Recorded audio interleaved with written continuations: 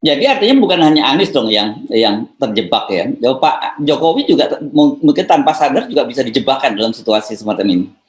Iya, tentu banyak orang yang menganggap Pak Jokowi, Anies itu nanti akan menjarakan Anda setelah dia terpilih. Lalu Pak Jokowi mulai pasang strategi. Kalau begitu kita upayakan supaya Anies jangan maju itu. Kan padahal nggak ada percakapan itu di publik. Orang Indonesia adalah pemaaf. Orang Indonesia mengerti bahwa kapasitas Pak Jokowi tidak mampu untuk dipakai membuktikan janji-janjinya. Ya udah, orang udah anggap itu kan. Dan semua publik internasional juga tahu bahwa Pak Jokowi nggak punya kapasitas melebihi yang dia janjikan tuh, yang ekonomi akan tumbuh sekian, oposisi nanti tidak diperlukan segala macam. Kan itu berbalik kan. Ini biasa aja. Di ujung kepemimpinan seorang yang udah 7 tahun, Pak Jokowi ngerti tentang politiking. Tetapi publik menganggap bukan itu yang kita tarik dari Pak Jokowi. Janji-janjinya itu mesti diperlihatkan dan itu nggak terjadi. Lalu Pak Jokowi berdasarkan informasi penasihatnya, ini kan ada COVID, karena segala macam. Lalu sebelum COVID pun Indonesia udah nggak tumbuh kan. Itu jadi apologia itu yang justru membuyarkan harapan kita bahwa Jokowi bisa tampil sebagai pemimpin bermutu dan dicatat dalam sejarah kita. Nanti kalau orang setelah 2024 orang tanya apa sejarah Pak Jokowi, yang orang ingat adalah beliau nggak mau minta maaf soal Arema. Apa prestasi Pak Jokowi? Prestasi dia adalah menghalangi Anies jadi presiden. Kan itu buruk kan? Dan itu yang kita ingatkan sebetulnya. Kalau saya katakan istana itu dungu, dan soal-soal itu bukan pribadi orang yang dungu, tapi cara mereka melindungi Pak Jokowi itu dungu. Itu yang nggak mungkin berubah dari cara saya menganalisis. Ya, jadi sikap KPK yang akan terus maju terus menghalangi Anies Baswedan ini sesungguhnya tidak hanya menjebak Anies Baswedan, tapi juga menjebak Pak Jokowi juga ya. Betul, itu Pak Jokowi terjebak di situ tuh. Mungkin dia ingin bercakap-cakap dengan Anies, tapi lingkungannya bilang jangan. Mungkin Pak Jokowi ingin bercakap-cakap dengan Habib Rizik, tapi lingkungannya bilang jangan, bahaya, itu pertamanya berat segala macam. Jadi ini soalnya tuh. Jadi Pak Jokowi dihipnosis oleh lingkungannya sendiri untuk makin tidak punya kapasitas membaca arah demokrasi.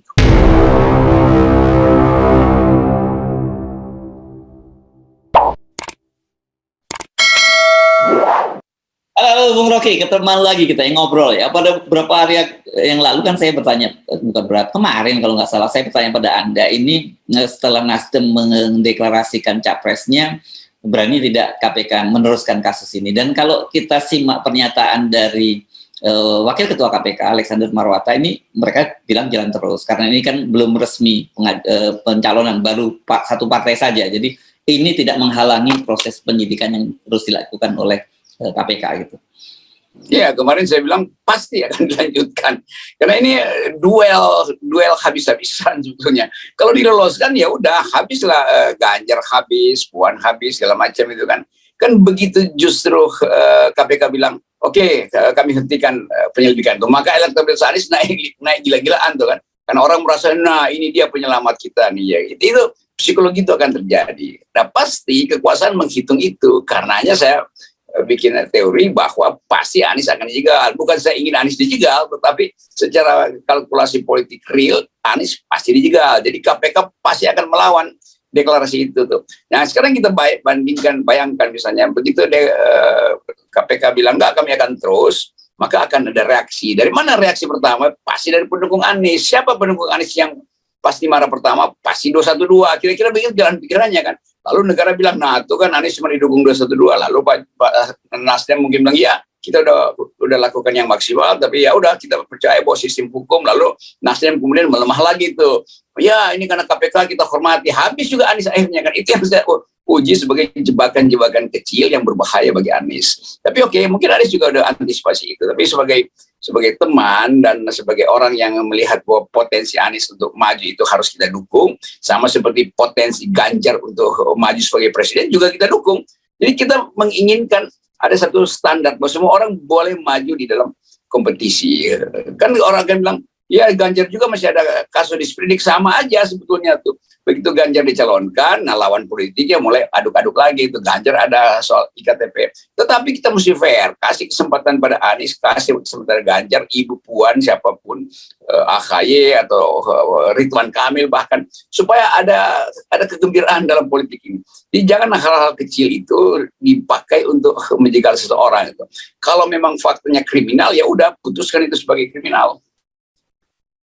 Dan sebenarnya kan gini ya, kita ini sekarang dengan peristiwa ini membuat publik semakin makin paham dan semakin terbuka permainan di balik layar yang selama ini. Kan selama ini dicoba ditutupi gitu. Kemarin misalnya Pak SBY nyebut soal turun gunung gitu, Benny Harman menyebut genderuwo gitu ya. Dan kita sekarang jadi tahu siapa genderuwonya itu. Tapi kan genderuwo atau sebenarnya setan dan lain-lain, tuyul kan biasanya ada yang memelihara juga kan begitu. Ya jelas kan, tuyul diumpankan, lalu genderuwo dijadikan sebagai pengganggu. Lalu kita berpikir bahwa berarti banyak dukun yang lagi bermain di belakang politik. Padahal kita cuma ingin ada satu aura, yaitu kompetisi kan. Itu intinya kan, kompetisi itu ya kemampuan akal pikiran untuk mengucapkan program, untuk berdebat dengan lawan politik. Kalau begini ini bagaimana kita menikmati perdebatan intelektual di forum-forum publik tentang siapa yang layak jadi capres kalau isu di belakang itu genderuwo, tuyul, segala macam, kan nggak fair itu. Apalagi kalau soal Anies to be or not to be, bagi negara dia to be or not to be. Lain kalau Anies bilang oke, saya mencalonkan diri karena saya ingin meneruskan program-program strategis dari Bapak Presiden Jokowi, maka kedudukan Anies sama dengan Pak Prabowo, sama dengan Ganjar, sama dengan siapapun yang ingin meneruskan. Tapi karena Anies dianggap berbeda secara ideologi perencanaan pembangunan dengan Pak Jokowi, maka dia akan dijegal tuh. Itu bahayanya. Karena sebetulnya biasa aja kan, orang nggak ingin meneruskan program Pak Jokowi. Emang kenapa? Kan setiap 5 tahun programnya berubah sesuai dengan visi presiden baru. Itu dasar pertandingannya di situ selalu tuh. Tapi gini ya, kalau toh kemudian KPK tetap nekat, dan artinya ini KPK itu kita menyebut bukan hanya KPK ya, itu ada kepentingan-kepentingan di belakangnya, dalam hal ini kekuasaan gitu. Apakah dalam situasi sekarang ini mereka tidak menyadari bahwa melakukan mitigasi gitu ya? Situasinya berbeda. Pemerintah sekarang tidak se-powerful sebelumnya. Ya dia tahu, tapi dia anggap ya kami cuma alat, kami nggak mungkin lakukan hal yang sebaliknya kalau nggak ada perintah dari agen-agen yang lebih tinggi dari dia kan itu kan sinyal itu dari awal kita tangkap gituan, lalu kita hubungkan dengan memangnya status KPK sekarang itu sama seperti KPK di awal-awal itu kan enggak tuh, dan orang-orang kritis di KPK justru tersingkir. Jadi bagian-bagian ini yang orang anggap ya KPK sebetulnya paham bahwa nggak etis mempersoalkan sesuatu yang masih bersifat administratif, penyelenggaraan administrasi kegubernuran Anies itu dikait-kaitkan dengan potensi Anies untuk melawan Jokowi kan. Di benak kepala orang kalau KPK menghalangi Anies, jadi dianggap bahwa Anies memang akan melawan kebijakan Jokowi. Ya memang kan harus ada kontras. Orang bosan misalnya dengan kepemimpinan Pak Jokowi, ya biasa aja kan. Lalu terbaca dalam elektabilitas bahwa kepuasan publik menurun, tapi kemudian dimanipulasi oleh lembaga survei. Tapi faktanya Anies tidak pernah mengatakan akan melanjutkan kepemimpinan Pak Jokowi, melanjutkan program Pak Jokowi. Itu yang saya anggap kejujuran dari Anies, mengatakan bahwa saya memang berbeda dengan Pak Jokowi. Kalau Anies sama dengan Pak Jokowi, ngapain gue dukung Anies? Mending gue dukung Pak Jokowi aja kan, karena beliau yang lebih dulu memberi jalan bagi kemajuan Indonesia. Kalau begitu, tapi kan nggak harus itu yang kita. Ya apalagi kalau ilmunya lebih rendah dari Pak Jokowi, untuk apa kita pilih lagi ya? Iya, kalau retorika Anies buruk ya udah. Ya, kan Anies akan bilang saya akan ikuti cara diplomasi Pak Jokowi, yaitu pergi ke forum internasional sambil nenteng-nenteng laptop atau apa. Ya nggak begitulah. Kan orang mau lihat ada orang yang masuk dalam fora internasional dengan pikiran yang cerdas dan manfaatkan momentum internasional untuk menagih kepentingan Indonesia di forum internasional. Itu yang Pak Jokowi nggak pernah lakukan. Bertahun-tahun Pak Jokowi nggak pernah hadiri persidangan internasional yang memerlukan kecepatan berpikir. Kira begituan. Bukan saya katakan Pak Jokowi tidak mampu, tapi Pak Jokowi memang wataknya begitu. Dia mungkin nggak suka forum-forum internasional, tapi Anies suka. Nah kita orang yang suka forum internasional dimanfaatkan pasti akan menganggap Anies harus lakukan sesuatu yang tidak dilakukan Pak Jokowi. Apakah Pak Jokowi buruk karena nggak masuk dalam forum internasional? Ya nggak juga, karena itu wataknya Pak Jokowi itu. Tetapi dalam kalkulasi kita seharusnya Presiden manfaatkan forum-forum internasional, kan itu intinya. Ya. Oke, beginilah. Tadi Anda memperkirakan bahwa kalau kemudian pemerintah nekat itu bisa, mungkin pemerintah bisa kendalikan dan Nasdem juga bisa buang badan gitu kalau orang Medan bilang gitu. Tetapi kalau Anda lihat mood publik yang sangat terasakan, kita bisa merasakan ya, mood publik ingin melakukan ada perubahan itu, apakah iya ini akan kembali lagi seperti kasus-kasus serupa gitu ketika ada banyak korban tewas pada saat Pilpres lalu, kemudian juga banyak ada kasus-kasus unlawful killing dan sebagainya, rakyat akan diam saja dalam melihat situasi kalau itu sampai dilakukan oleh KPK? Ini akan terjadi yang disebut public justice itu. Orang akan tagih keadilan atau street justice di jalanan. Jadi itu bahayanya tuh. Karena orang-orang di sekitar Pak Jokowi itu seolah-olah ingin menyelamatkan Pak Jokowi dengan menutupi mata Pak Jokowi tentang keresahan publik. Pak Jokowi saya kira nggak punya akses yang real untuk merasakan bahwa ada kemarahan publik. Ini kesalahan dari orang-orang di luar Pak Jokowi itu. Ketidakmampuan Pak Jokowi untuk berinteraksi langsung secara intelektual dimanfaatkan oleh mereka supaya Pak Jokowi terlindungi. Padahal itu justru berbahaya tuh. Saya ingin menyelamatkan figur Pak Jokowi justru supaya Pak Jokowi ngerti bahwa bagian-bagian masyarakat itu ada yang dimanipulasi untuk sekedar menjilat-jilat beliau. Itu intinya tuh. Dan kita mulai meragukan apakah betul Pak Jokowi bisa menyelesaikan periode kepemimpinannya sampai 2024. Potensi social unrest, potensi kekacauan ada di kita hari ini.